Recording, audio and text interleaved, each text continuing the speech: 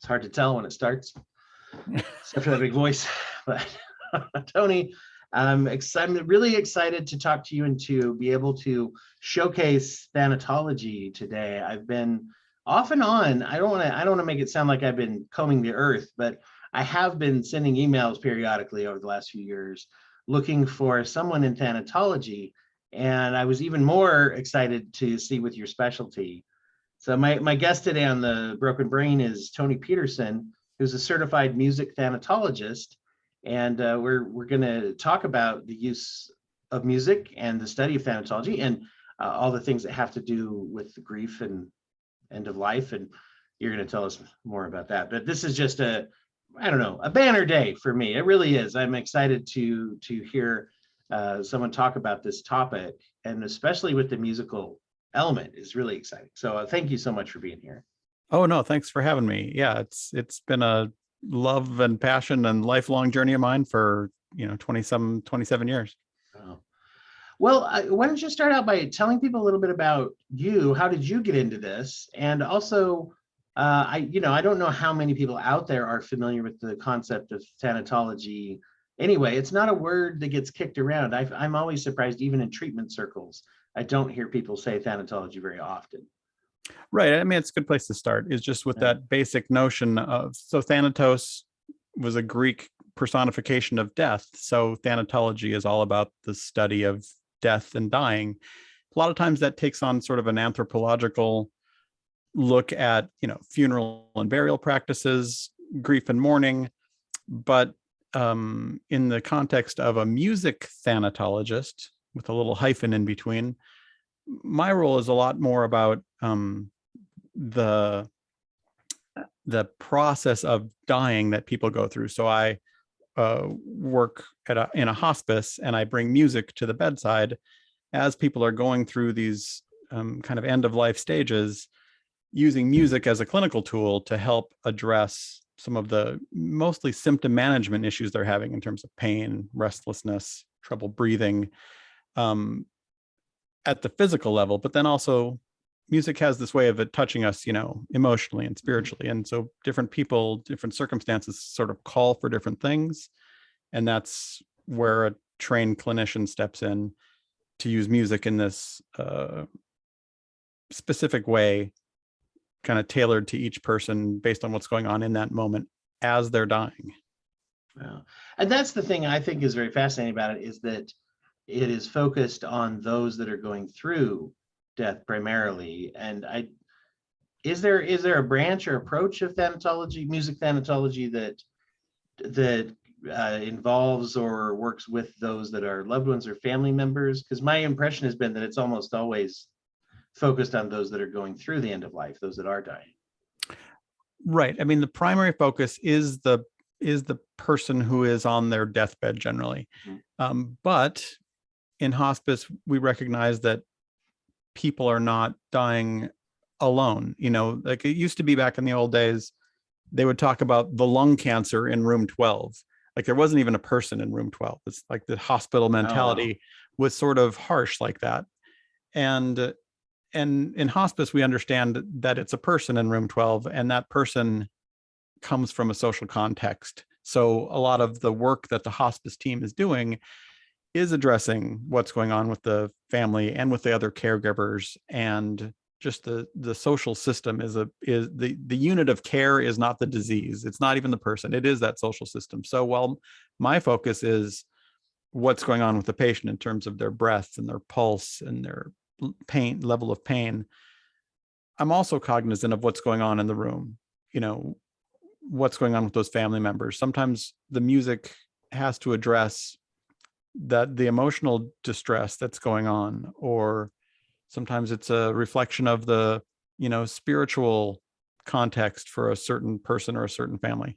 So all those things kind of play into it, although I want to say like 80% of my attention is really on the physical situation of the patient. Mm-hmm. It's similar to the with psychological therapy. There's the trainings for diagnosis, for example. Our emphasis is around how do you, there's a whole section, and even in the diagnostic manual, that talks about, do you address someone as depressed or someone with depression?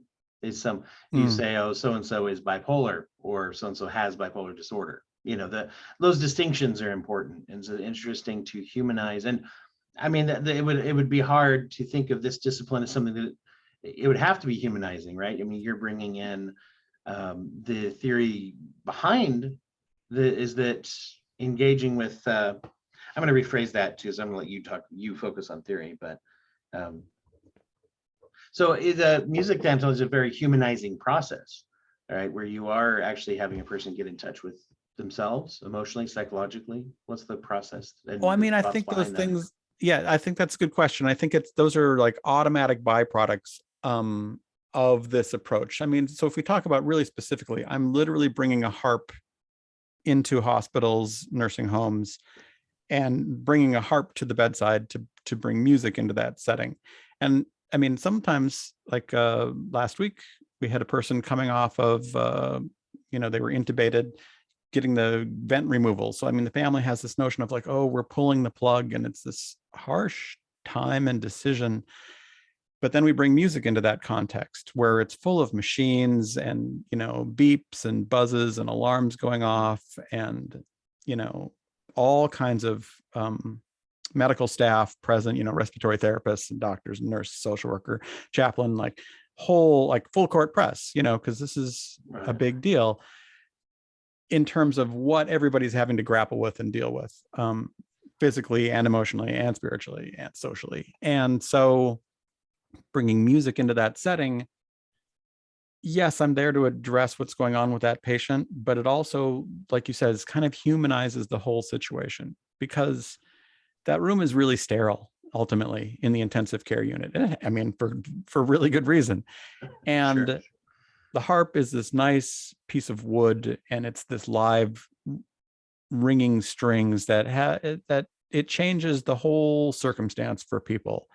And maybe it doesn't fix everything. It's not going to fix the ultimate problem of why this person is coming off of life support, but it helps that person, when they're going from all the bells and whistles of modern medicine to basically nothing, trying to breathe on their own, and maybe they can and maybe they can't. Music in that context. So in that specific circumstance, I'll start playing while they're still on the ventilator, and I'm connecting the pacing of the music with that pacing of the machine that's, directing their breathing. So there's a lot of interaction. You'd mentioned before that you're conscious of things like where they're at on the monitors and some of the sound of the room then. So really specifically, I mean, the main idea with music thanatology is to connect what I'm doing musically with what's going on physically for this person. So the pace of their breathing is the easiest and first way to kind of connect what I'm doing with what's going on for them. I literally accompany them. So they're setting a pace, but they also have like a amount of work that they're doing, and they have how deep are their respirations. All those have kind of musical correlates. So I'm basically reflecting back what's happening. So in that intensive care unit circumstance, the machine is determining how fast they're going, how deep their breaths are. They're not really doing any work in that circumstance because the machine's doing the work. So I start the music and connect with that, what the machine is doing. And so then when they remove the machine, I'm still connected with what their pattern, if they can establish their own respiratory rate and rhythm, that's where I'm now reflecting that. And so I connected the music with their breath when they're on the machine, and then I stay connected once they're off the machine. And sometimes people, have that process where, like we see in the movies, where they come off the machine and then, they sort of peacefully transition out of this world. That happens like 10% of the time. Say a lot of times it's not, right? Anyone who's been there for a loved one passing away knows that that's not how it always happens, right? Yeah. So there's this period of what's going to happen and waiting to see, and they're trying to kind of find their way through this process that there's not instructions for them. There's no map that they can follow. So they are sort of questing about, and music has this way of kind of walking alongside them, like sort of metaphorically holding their hand in a way, just like I think a lot of accompaniment. I like how you used that word a minute ago, accompanying them, right? Yeah. I was not aware of that. That's fascinating to me. How tightly do you track that? So if they're coming off, and I guess it's not always a ventilator situation, if they are having irregular or labored type of breathing, how do you work with that with the music? Well, in that fact, that's most of what I do is connecting what I'm doing with what's going on physically, like I said. So as people approach the end of life, whether it's coming off of an event or just more of a kind of a natural decline that people are going through, like whatever course they're taking, that's what I'm following. And so musically, most of the music that we hear or that we're streaming or wherever you are, it's regular it has a regular meter to it. It's got a beat and a flow, and you can kind of dance to it. But a lot of times as people are approaching end of life, those regular rhythms in the body are losing their coherence. And so I can play music that is a regular beat to it, as if that's what they're doing. But a lot of times there's these breaks and pauses or speeding up and slowing down. And musically I can, because that's my training, is to sit and watch that and reflect it back.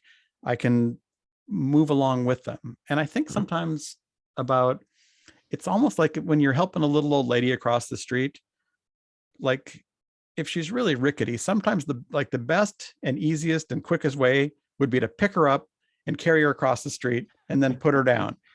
But that's not what you do. That's not right. That's not the assignment. That doesn't work.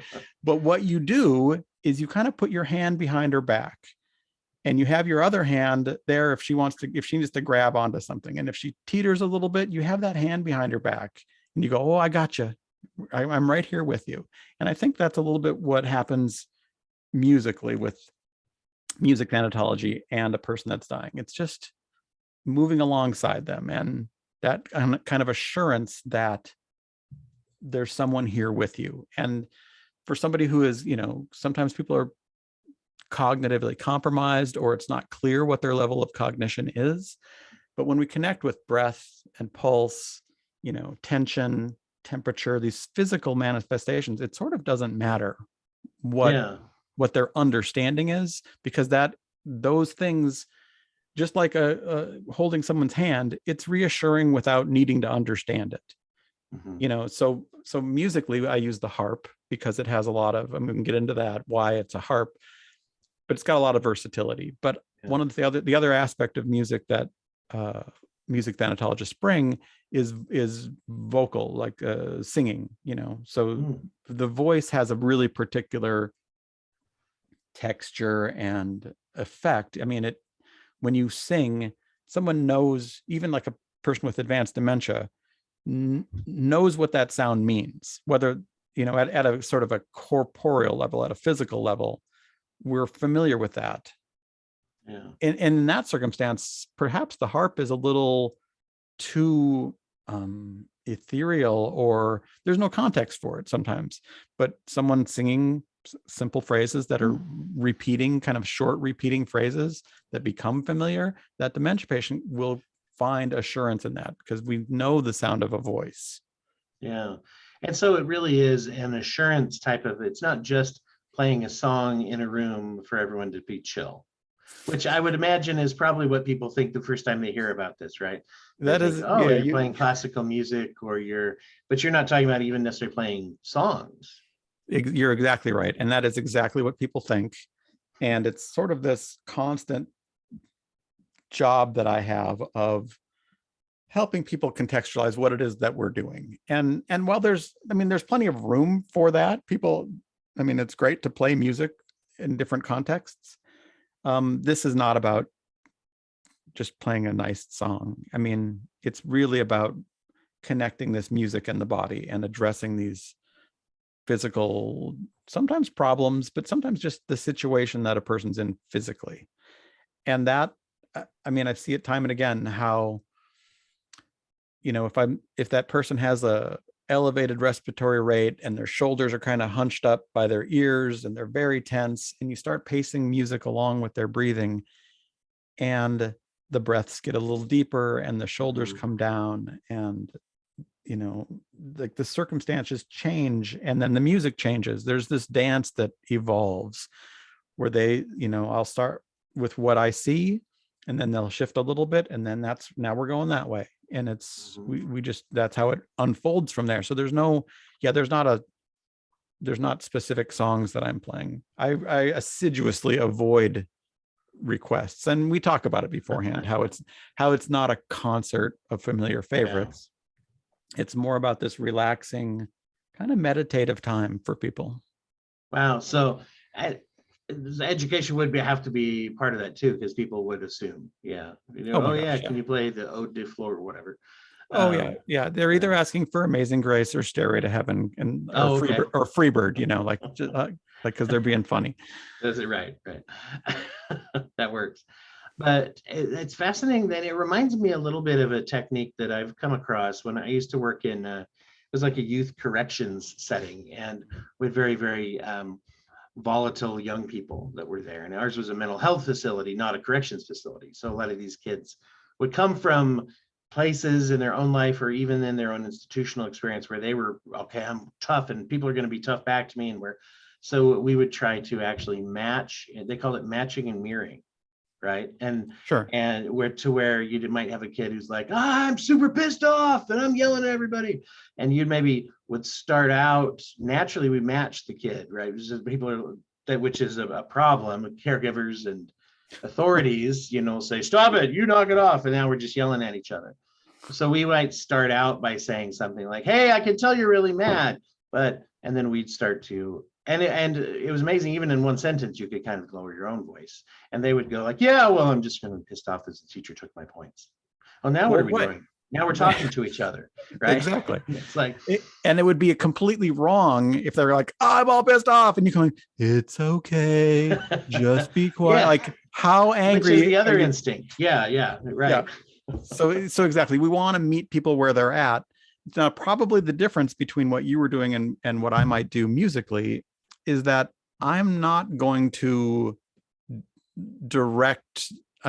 choose a direction that we're going to go. So sometimes people are breathing, like I saw a guy maybe a couple of weeks ago now with emphysema. So his lungs don't expand all the way. So there's a lot of tightness, and his respiratory rate was like more than 50 a minute, which is really quick. And there was a new nurse that we had, and she was like, can you go in and slow him down? Well, that's not the idea, because like my premise is that he's doing the best he can, right? And so if I come in think I know what's better, I'm just asking for trouble. And so I just meet him where he's at. Now, that doesn't mean that I'm going to play as fast as he's breathing. What I'm going to do is, like, if he's breathing at 50 breaths a minute, maybe I'll play at 25 a minute. I can go half the speed, but we're still in sync. And so then what will often happen, I'm going to breathe a little bit into the microphone. When you're breathing at 50 breaths a minute, it's something like this. Pretty quick. So I can play at half that speed. And what happened was he goes,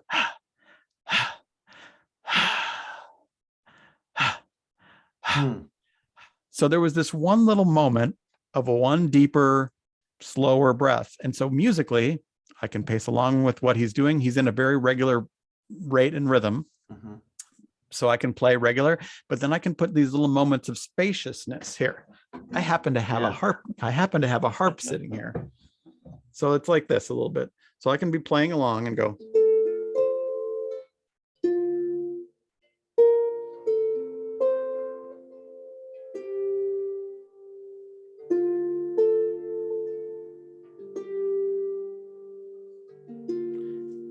I can have that moment of space. And then we can go back in.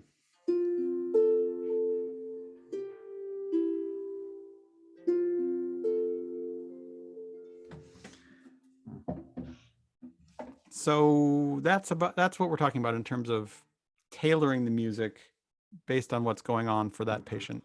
And it So- changes moment by moment. And it's largely, so it's not directive in the sense that you're taking your cues from the patient. Do you see interactions the other way though? As you're describing, it sounds like there is an effect sometimes of the music. Is this a chicken egg scenario? Right. I mean, if there wasn't an effect, there would be no point. Right. Yeah, right. So there is an effect, but I guess my point is that I'm not trying to decide the direction that we're taking. Right. So if it didn't happen in that case, but there have been other cases where, like, as I think with the emphysema, he couldn't breathe deeper and slower. Right. But in other circumstances, similar things have happened, and then somebody will shift into a different breath pattern that is deeper, more relaxed. And in fact, I mean, that's a lot of what I see, is that easing up of the work that's happening. And it's like, if what I'm doing is reflecting back what's happening, it's like holding up a little bit of a mirror, and it gives people feedback about, oh, this is where I'm at, this is what's happening. And then if I try this other thing, oh, well, now I'm getting that reflected back. And if they find a path that feels better or seems better or whatever, I don't know what is happening internally for them, I can just look at these physical cues, like I was talking about, the release of tension or the deeper, easier breaths, or, I mean, people falling asleep. Like most musicians, like if the people you're playing for, if they all start snoring, it's bad. You know, you've messed up. But for Right. me, if I leave the room and everybody is, I'm like, oh yeah, that's the best kind of applause. That's almost as good as it gets. Yeah. When you mentioned that, I wonder if some of the assumptions people have, you mentioned even a nurse maybe had that request or that feeling, and family might have that too, the expectation of directiveness somewhat. Does that tie in with our difficulty in acceptance of the end of life process? I mean, because there's a big piece of saying, I'm not trying to change what's going to happen, but sometimes we assume, no, we're trying to change what's going to happen. I mean, I'm not sure about that. I mean, there's certainly that. Although most of the people that I see, I mean, so for context, you know, there's music thanatologists around the world, and we have different kind of practices based on the roles that we've stepped into. I tend to see people in the last days and sometimes hours of their life, sometimes last minutes of their life. So basically, just because of my work in the Chicago area, I work for Journey Care Hospice. This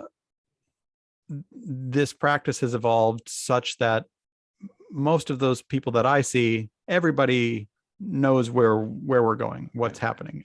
I certainly have colleagues that see people kind of further back in the trajectory, and so that they might have months to live, and then there's a lot more of that, you know, kind of psychological coming to terms with the different stages of grief, you know. And for most of my people, everybody understands kind of where we're at and what's going on.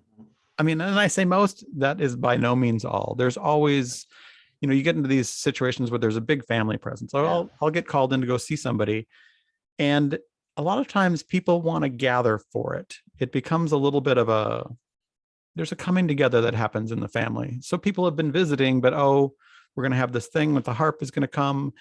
And like, so, you know, everybody who's been coming all shows up at the same time. And so I'll have a room full of, 20 people.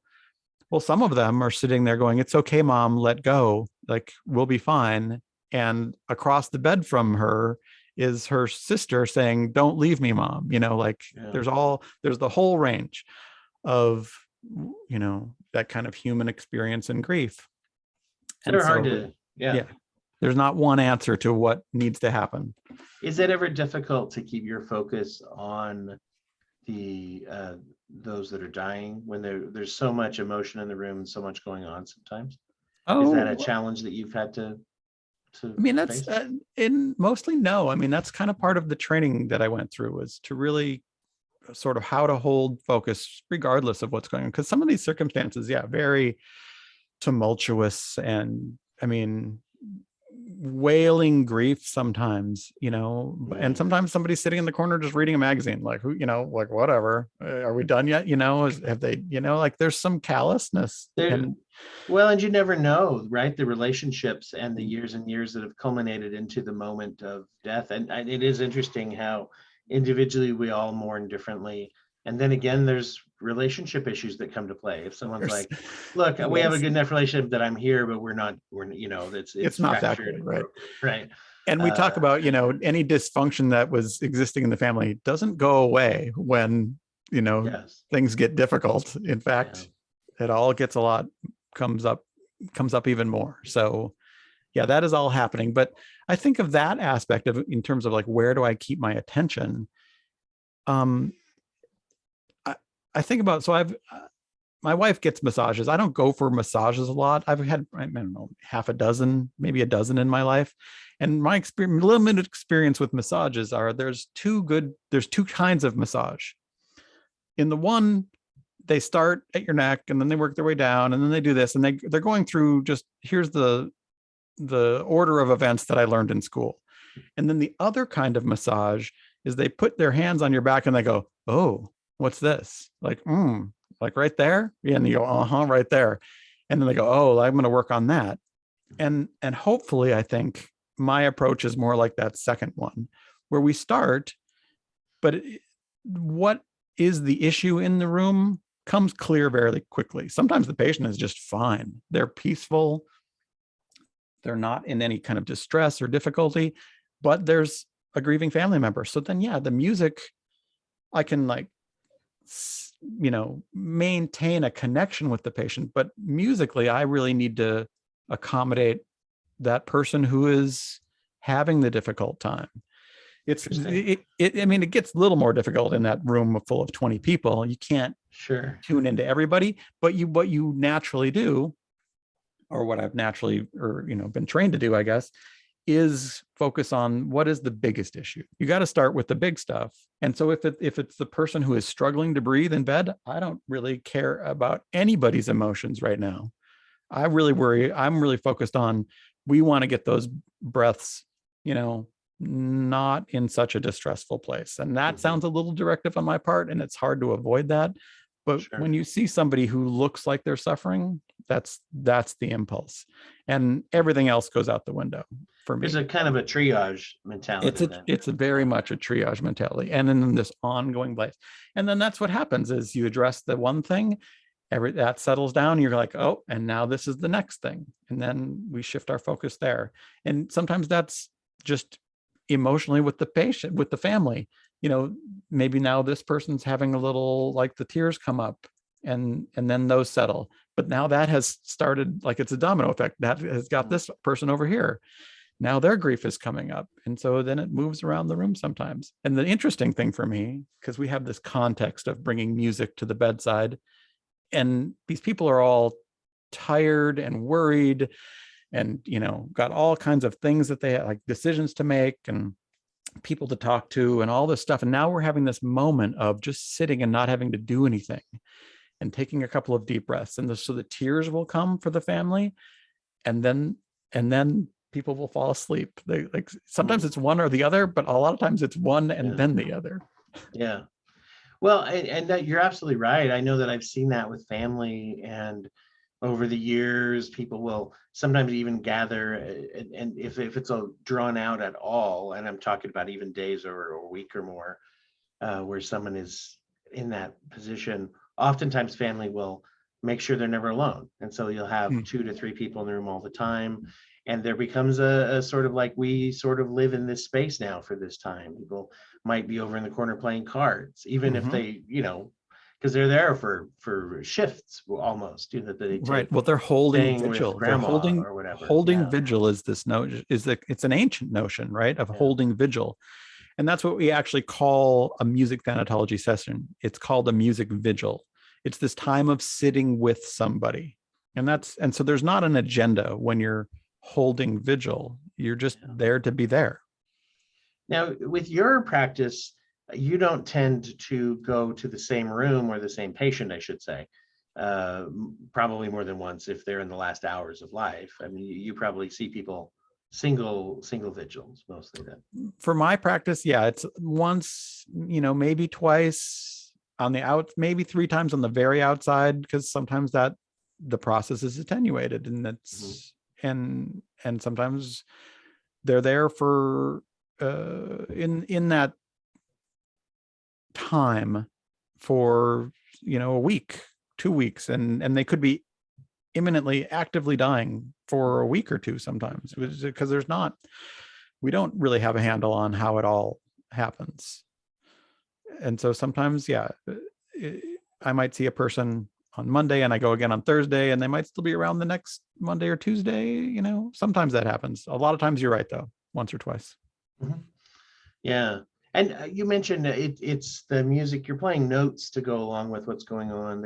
Is there a style, would you say, to it, or because you're not playing songs like you say, but is there a the approach of what you play?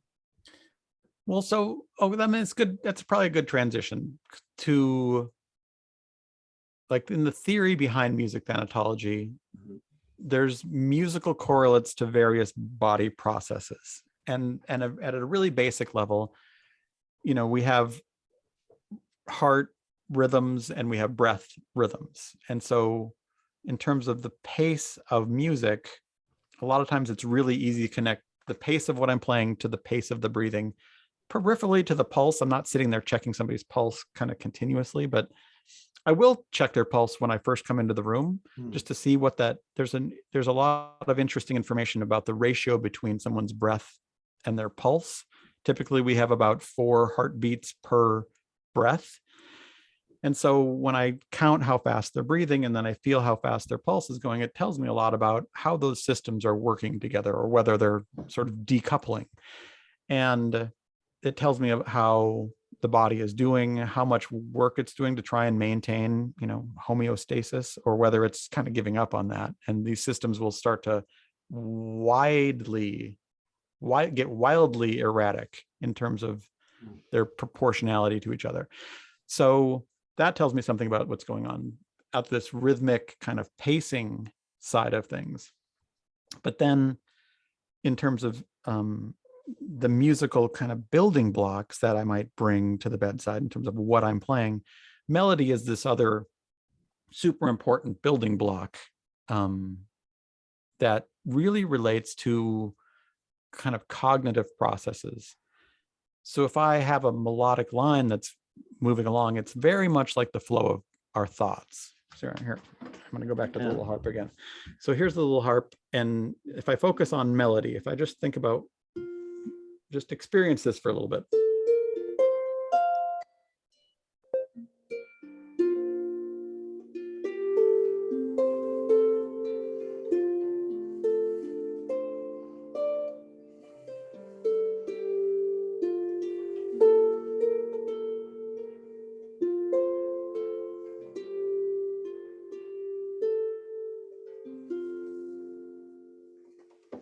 So there was no meter. You couldn't find a beat or a pulse. That was just melody. And it takes us on this little journey. And the journey that you go on is different than the journey that I went on. It's a little bit like when we go watch a movie, I think. We all see the same movie. We all see a different movie, right? And so melody is like that.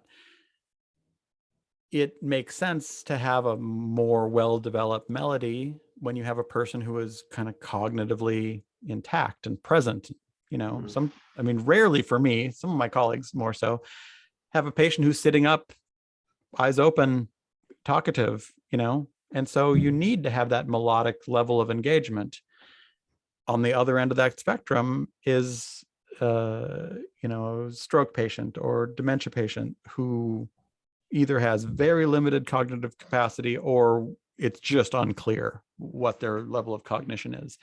So I don't want to pile on a bunch of melodic interest because I'm sort of asking too much. I don't want to be putting anything on anybody. That dementia patient is going to benefit more from something that's more like this.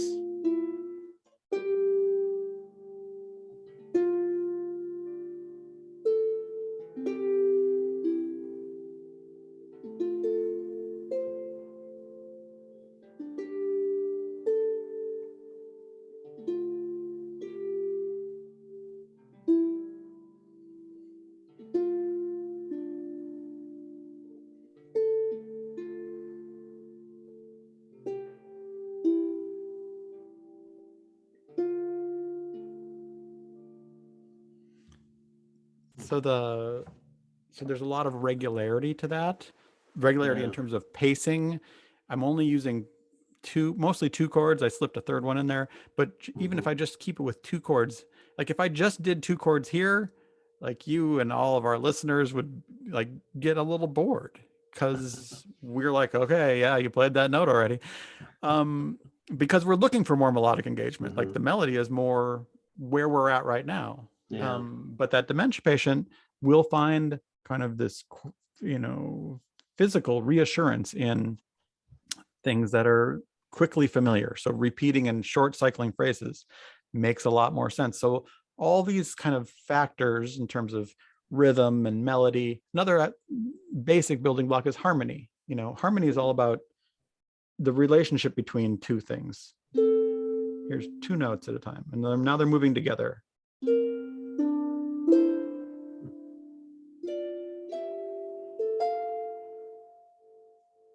Or I can take them closer together.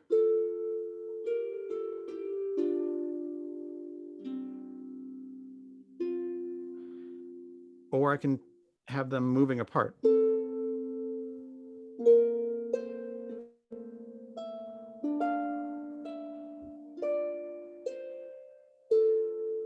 And then back together. So what the harmony is doing is really about the relationships that we see in the room. Sometimes there's like a child, like an adult child spooning their mother in bed. Like that's a picture of really close harmony. That's like Simon and Garfunkel harmonies, like really nice and close. On the other end of that spectrum, I might see somebody in a nursing home who's a ward of the state and they don't ever have visitors. So that doesn't mean they don't get harmony. In fact, they might need harmony because they don't have somebody spooning them in bed. So we can reflect what's there, but we can also provide what's missing. So I kind of have to put all those factors together. What's the pulse, and what's the pacing, and what's the rhythm? What's their cognitive capacity? What's the social situation? And then, and that's just like my basic three to start with. That determines what it is. What does it sound like? What am I going to play actually? It's kind of this combination of those factors and then probably 15 or 20 other ones that, how long is our podcast? Well, yeah. Hey, we got time. The thing that strikes me about that is that there is a lot going on. And I think that oftentimes with people, when they come across things, and counseling sometimes is looked at this way, and other things where people say, oh, yes, if you got a knack for talking to people. And it's like, well, there's a lot going on in the room when you're trying to talk to people in a healing way. And with doctors as well, it's like, well, I guess you got to know when to give them what medicine. Okay, well, hopefully there's a lot more going on in that room. And you're describing a very clinical practice, right? And a set of skills and abilities, and also even just the ability to integrate all the information that you're picking up and being cognizant of, and then at the same time playing the harp. Right.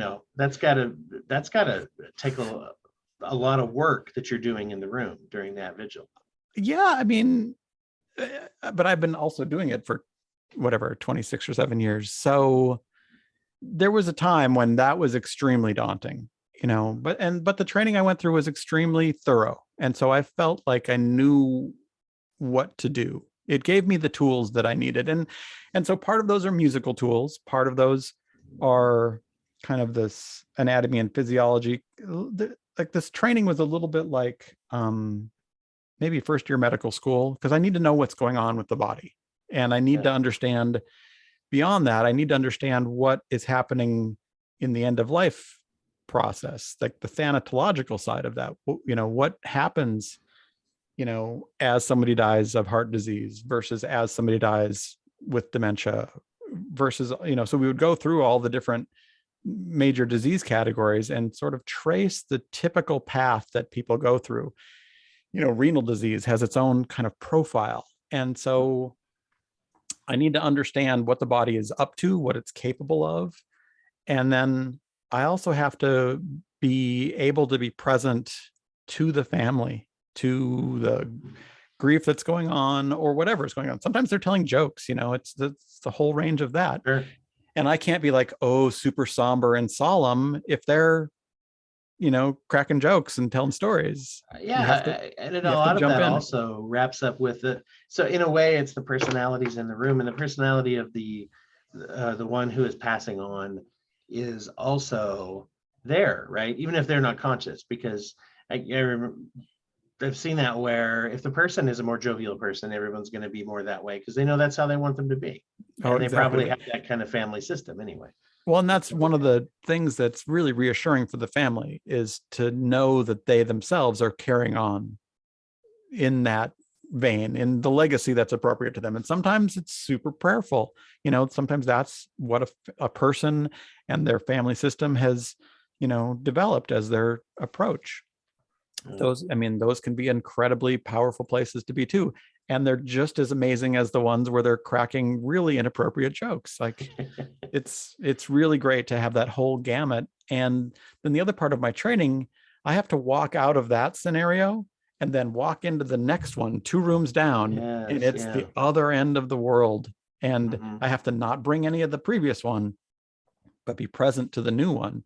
And there's a really good kind of internal process. They have to be present in a very specific way to do this. Yeah. No, I imagine that, as you put it, it comes with time also, but there's got to be some just training, but also just personality that's there as well, that you must have, and some feeling and ability. Have you always, let me double back. I want to ask you a couple questions about some of your experiences, but first I wanted to say, when we're right out of that music there, as you were playing, the experience that I was having as I was listening to it and trying to put myself in the shoes of someone who might be a patient, the thing was that it was not only relaxing, which is probably the very first thing, once again, people go to when they think of music for someone who's dying. Oh, it's relaxing. It's probably nice. Great. It was that, but at the same time, it was also engaging in a real, like there was an engagement. It was different than really cognitively engaging, in that it wasn't taxing in that way, but that it pulled me in to where I was having part of this process. There was, and then so I can see that where you're reaching past someone who is maybe at a point where they're beyond language. They're not going to sit and have a cognitive verbal discussion about things. But I could feel that real pull into where I was being engaged in what was happening. So, that's interesting to hear. I'm curious if you're talking about the melody example or just the simple dementia example. But I think another thing that happens is I'll see people that are in pain, for example. Like, so the hospice staff, they have certain people that they really like me to go and see. And people that are in pain or people who are having respiratory difficulties, they really top the list. And so for that person who's in pain, and for the person with respiratory difficulties, we really don't want to exacerbate what's going on at the most fundamental level. Do no harm, right? We do not want to make anything worse. So what can happen is that little bit of engagement, it gives a little bit of I don't want to call it a lifeline, because in hospice, that's not really what we're doing. But sometimes pain is your whole world. And sometimes music can crack a window open a little bit to a bigger world. And that, I think, maybe is that engagement that you're feeling, in where it's not, oh, I'm really, swept into this and paying a lot of cognitive attention, but it broadens the tapestry maybe. Yeah, well, it's as you were saying that, the interesting thing is I'm categorizing that in my head is it's almost like, as you said, lifeline. The word that came to my mind was hope. And then I thought, how much do we interpret that to say, well, hope is gone now because I'm dying? Well, no, actually, hope can be experienced for any amount of time. If I'm only going to live for another hour, but I feel some kind of akin to that feeling. Is it hope that I'll survive, or is it just a feeling of general in the moment hope that my pain isn't my main thing right now, or is some other aspect of that, to where, to me, that was the word that kept coming to my mind, even though we're talking about an impending death. Right. Like, to me, this is all sort of fascinating. Like I spend a lot of my time thinking about these things, and I always have to revert back to, but what am I seeing? What's going on with the breath? Because I can imagine all kinds of stuff, but I really need to always pull it back to, are those breaths deeper? Are they easier? Are they slower? Where's the tension? Like that's kind of my lifeline, where because I can have all my own interpretations, but those things are pretty infallible. Like you can't hide if you're in pain. You can't hide if you're having trouble breathing. And so when those things get better, that's also clear too. And that's what keeps me kind of focused and moving in, I hope, the right direction. Yeah.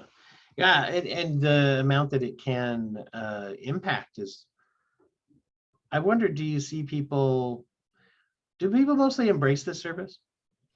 I could imagine, I would think most people would be pretty happy to see you. People are usually not unhappy when you walk into the room with a harp.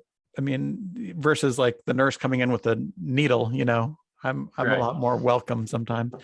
But it's not for everybody.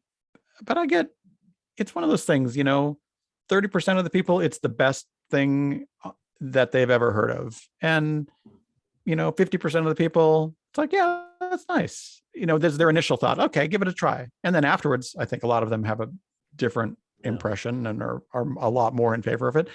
And then there's 20% that are like, that's not our, we're going to play some, Motorhead or whatever, Stairway to Heaven, right? Play some Stairway to Heaven, which is great. Like, I love that people can kind of make those determinations. And sometimes the nurse will say, oh, you want to try this? This is really great, blah, blah, blah. And they're like, no, but it gives them ideas like, oh, but maybe we'll do this. And they do their own thing.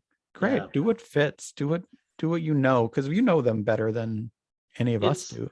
It's fascinating too with the reciprocity and the relational nature of what you're doing, because you couldn't say, oh, here's well, somebody must have thought of it for marketing purposes, but it wouldn't be the same to say, well, here's an album of thanatological music, therapy types of melodies that you can listen to.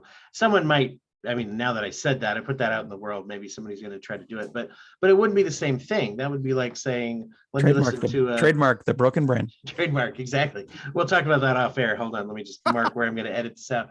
All right, patent pending, everybody out there. So but it wouldn't have that. It wouldn't have the relationship piece any more than listening to an audiobook, a self-help audiobook. You wouldn't say I did a session of therapy, right? Exactly. Right. It's not that it would be detrimental. It could still be good for you, sure, but it's not therapy, right? Yeah. But you talk about that close monitoring and how you are actively part of it, reactive to them, and accompanying is such a huge part of it that I hadn't thought of. Why a harp? Do you want to talk a little bit about the choice of that? Is that kind of a big part in most thanatologists, or do people go with different things? All music thanatologists are trained in the use of harp and voice at the bedside. The harp is really specifically a practical choice. It's not so much for its kind of symbolic presence, although it brings that. Angels play it. I thought that was what I was expecting. That is like the sharpest double-edged. That is the sharpest double-edged sword in my existence. But the reason angels play it, I've decided, is because the tone is so pure. Like I love a saxophone, for example, like a well-played saxophone. I love the end of Saturday Night Live because that guy can just wail on the sax. But what you hear when you hear a saxophone is the saxophone. It's got this character, musical timbre. And so the harp doesn't have that. It's a pure tone. So if I play these two notes on a harp, if I just play one note, if you were to map that on an oscilloscope, you get almost a pure sine wave. It's just clean. Whereas the saxophone looks like a Richter scale during an earthquake. It's overtones and all kinds of extra color. Harp is really pure. So if I want to bring kind of basic musical building blocks to the bedside, because I don't know what a patient needs, I want to have as many options available as I can. So I want to start with kind of the fundamentals. So this pure tone is a little bit essential. Then the harp also has the ability to play multiple notes at one time.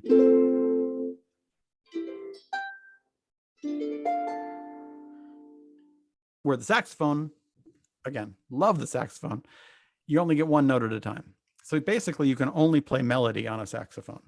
And that's true of most instruments other than like piano, but I don't want to haul a piano around. You don't want to, It's got to electronic be that keyboard. consideration too, right? You got to get stuff around.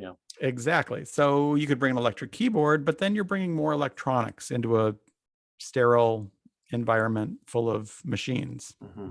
So the harp does have this other presence. Sometimes I'll bring the harp in and set it down, and the family will go, oh, just seeing it. Like it's this wooden sculpture, basically, that we don't see a lot of. It's not something that we have a lot of experience with, which gets me to this other aspect that I think I want to touch on, which is this. We have our set of expectations. People have these scripts that they follow in life. So when you're at work, you got your worker bee script that you're working through. And then when you're at home, you have your home role. But when people are dying, and then when people are around somebody that's dying, there's not any good scripts. And so people are feeling a little bit lost, or they're going off of the scripts that they've seen from movies and TV, which, as we've said, are basically terrible in terms of what to expect and how to be. Because in the movie, it happens over the course of an hour. And then in person, it happens over the course of 2 weeks, and you can't equate the two. And everybody you get more beautiful in a medical death on movies, right? It's like everything is beautiful and touching, and we have it's always perfect. Yeah. There's none of the troubles that can sometimes arise. So people are sort of questing about for how to be, and you bring in this harp to this setting, and then everybody goes, oh, I know how to be at a concert, so maybe it's going to be that. And so they'll start with this notion of it's like a concert. And then we disavow them of that notion. We talk about it's just sort of quiet and meditative and not a concert of familiar favorite songs. So then what happens is they end up just being present, and they don't worry about the script, and they're just in the room, and whatever they need to do, they now kind of have permission to do, because there's not something they're supposed to do, which to me is kind of the best thing about this for the family. I think that kind of permission to be however you need to be. And the harp will do that. It opens the door. It kind of carves out this protected space. And I think a lot about, we have ritual processes that we go through. And our society has gotten away from a lot of them. We still have like weddings and funerals, but we've lost a lot of our rituals that kind of governed in older societies what you do now. What do we do in this circumstance? We've lost that around death and dying. You used to gather. It would happen in someone's home. You'd be bringing food. You'd sit with the dying person, like because they're your neighbor and you've known them forever, and you would have seen a lot of death. And now people haven't. And so they don't know what to do, and they're a little bit freaked out, and bring this music in, and they can kind of reacclimate to what this is like, what this experience is. And sometimes, like we've said before, that the emotions will come up, and for some people that's not comfortable. They want to, I'll walk into these rooms and the family is gathered, but they're having like a family reunion. So they're chitting and chatting, and like sort of ignoring what's happening. Sometimes I can really bring a room down, It's, oh my gosh, now this is serious. This is really happening. Even the dude with the harp came in, that's it. But then they're present, and then that emotion might come up, and then I might leave, and they can kind of blame that emotional release they had on the music, it gives a reason to, it's almost like a permission to be where we're at, as you put it, or even just to be authentically us for a minute, authentically human, you could say, to really sit and say, I'm really going to feel this. And I might not give myself permission And for some people, maybe I never give myself permission, but yet while I'm Yeah. sitting there and this is going on, I might just get swept into it and give myself permission to be where I'm at right this minute. Yeah. Yeah, that's to me. So like my focus, and when I got into this, I had been working in this nursing home in Montana, and these people showed up with harps, and I was like, what is this all about?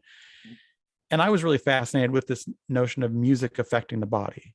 Like I had this patient who was curled up in a ball and just tense and distressed, and they went and played for her. And then when they left, I went and checked on her, and she was just serene, and all the tension had drained away. And I kind of chased them down the hallway. I was like, what did you do? And they're like, oh, we, tailored this music and followed her breathing. And I remember saying there needs to be more of that in the world. And they're like, oh, we just graduated from this school. The only one of its kind in the world is in this town you just moved to. So I was drawn by this notion of music and the body, because I had always thought of music as this emotional and spiritual, just a cognitive, psychological thing. But to see it be this physical thing, I was like, okay, we need to do that. But then I came to figure out, as I went through the training, there's this bigger picture and of the family and the other emotions that are going on. At first, my favorite music vigils where it was just me and the patient, no family. And now I mean, it took me probably 2 years. I was like, oh yes, no, it's great if everybody can be there that wants to be there, because sometimes they can have this kind of authentic engagement with an experience that they were lost in, and now they don't feel lost afterwards. And part of that is because I've been around dying people for 2 decades, I've seen a lot of the ways that people die and what happens. And I'm talking to people, families who have never seen somebody die. And so I can be and the whole hospice team, like this, hopefully font of information about, this is what I'm seeing. This is what you might expect going forward from here. That kind of assurance, because people are just, again, they don't have a map. They're not spending that. For them, it's it's on the short list of the most significant experiences they're ever going to have in their life. And for you, it's, it's significant in the sense that it is meaningful and it's your career, but it's also Thursday, right? And it's like, and tomorrow, milk. Right? Exactly. I also had to get home and get milk and all this, and as you put it, as soon as this vigil is over, I have to walk into the next room and be present for them. And so, but one of the things that I think you get from any kind of good clinician of any kind in any treatment circle is you're working with a person, a therapist, a music thanatologist, a doctor. You're working with someone who they have their own training and expertise, but they've also been around a lot of situations and they've seen a lot of people and met a lot of people. And if they say, hey, be ready for this, this might happen. Okay, great. That's great. I didn't know, that might happen. And if someone just said those 5 or 6 words, that really prepped me for something, right? Oh yeah, you just start to give them the tools that they didn't know they needed, and that when the thing then happens, they are calm. They like, oh, this is what they talked about. Like we got this. That is super empowering.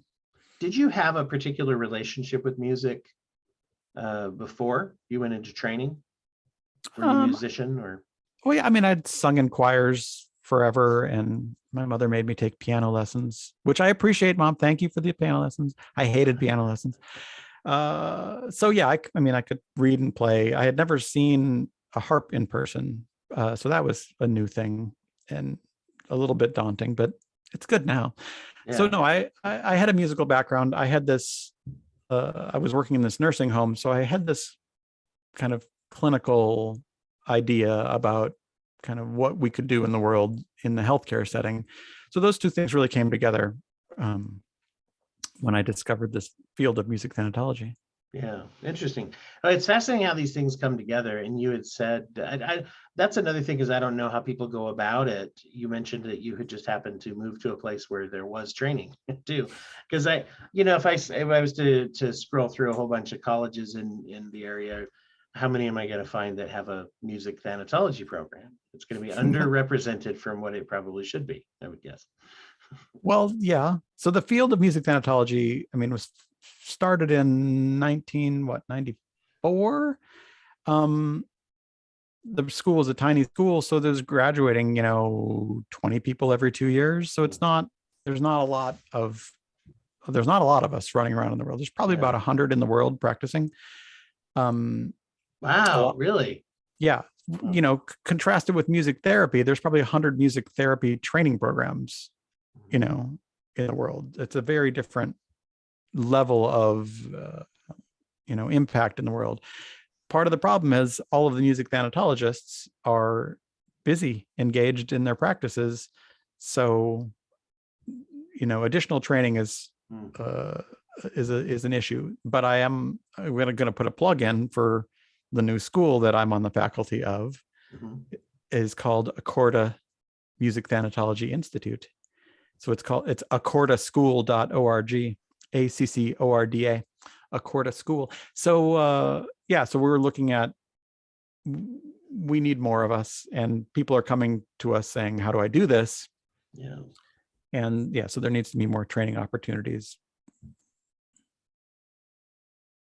That's the other thing too that struck me as you're saying that is I know a lot of people who do, in my profession, who do like maybe let's say play therapy, DBT therapy, music therapy. There's all these different variations, art therapy.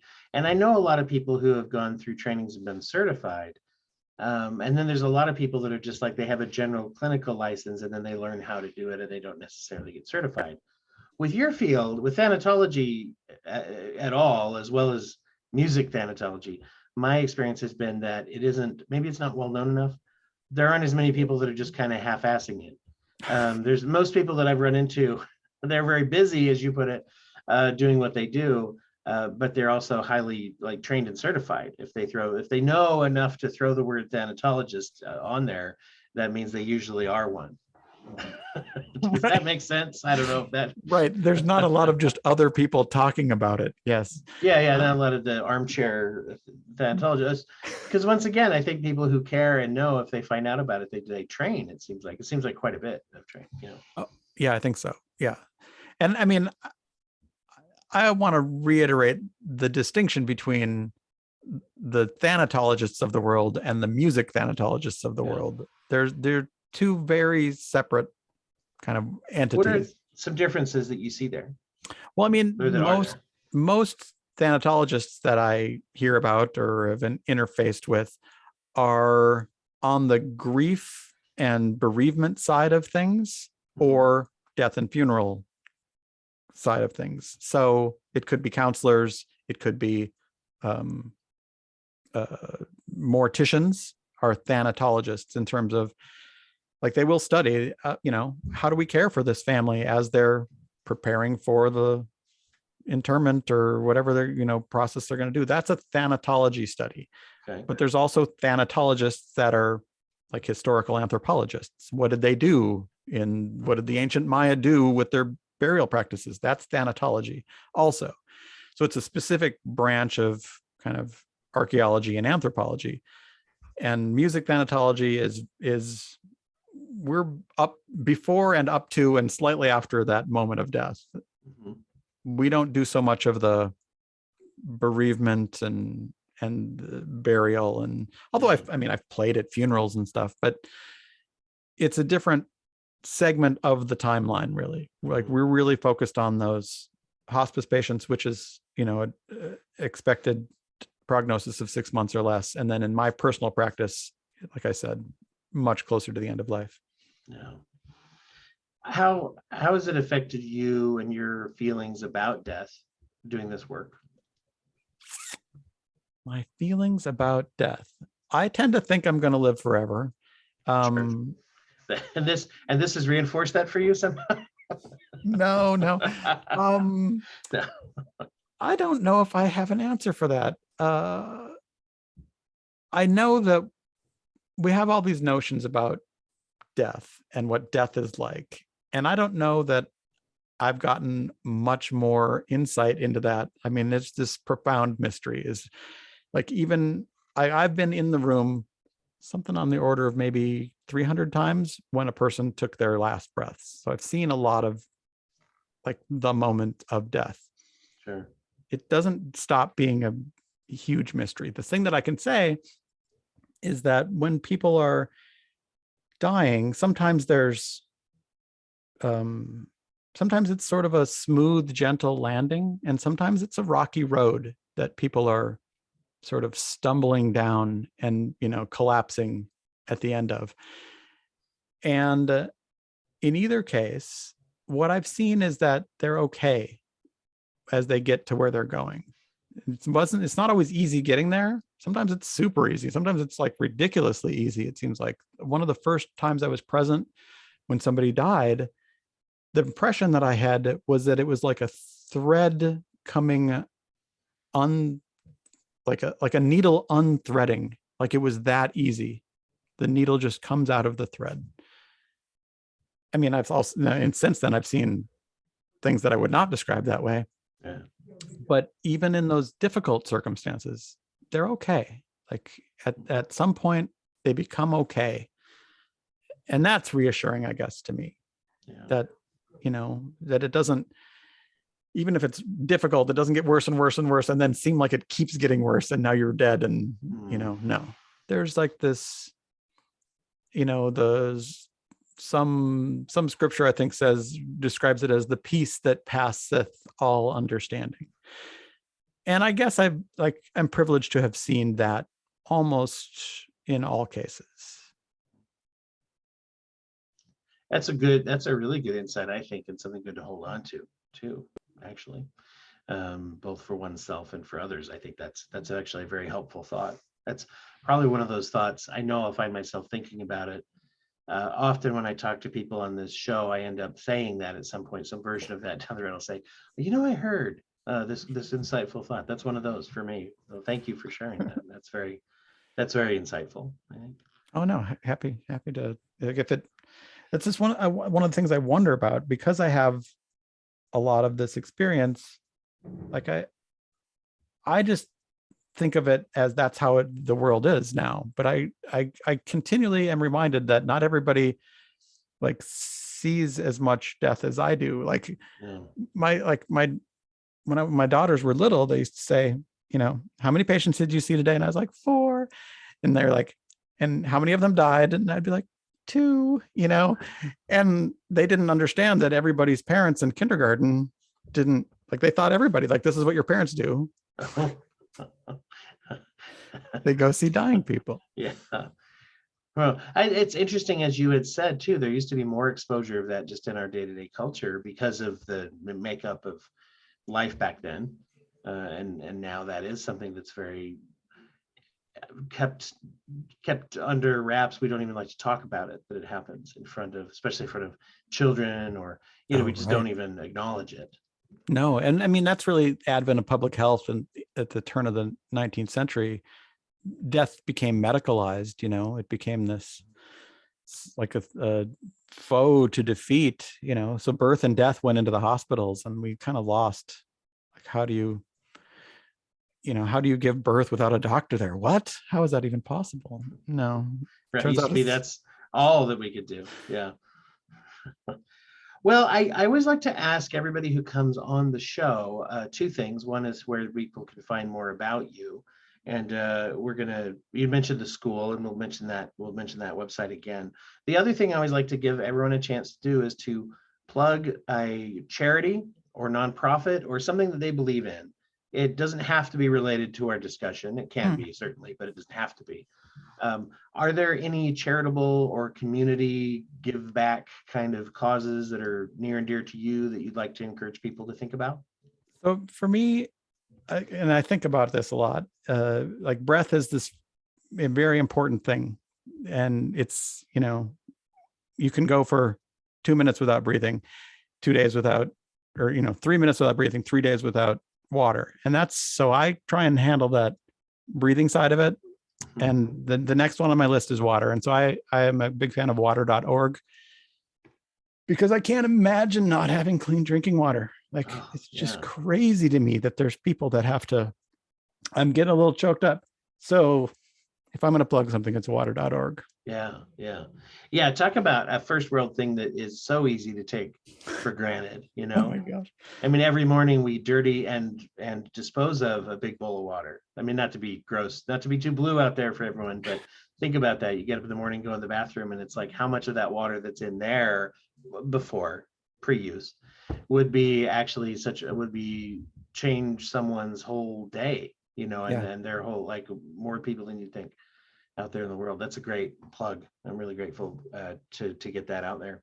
Thank Tell you. Yeah, people, thanks for the opportunity. Yeah. yeah.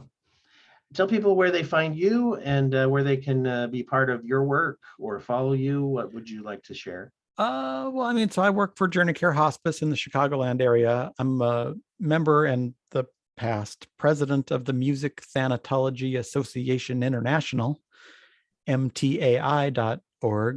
And then I'm on the faculty of the Accorda Music Thanatology Institute. So those are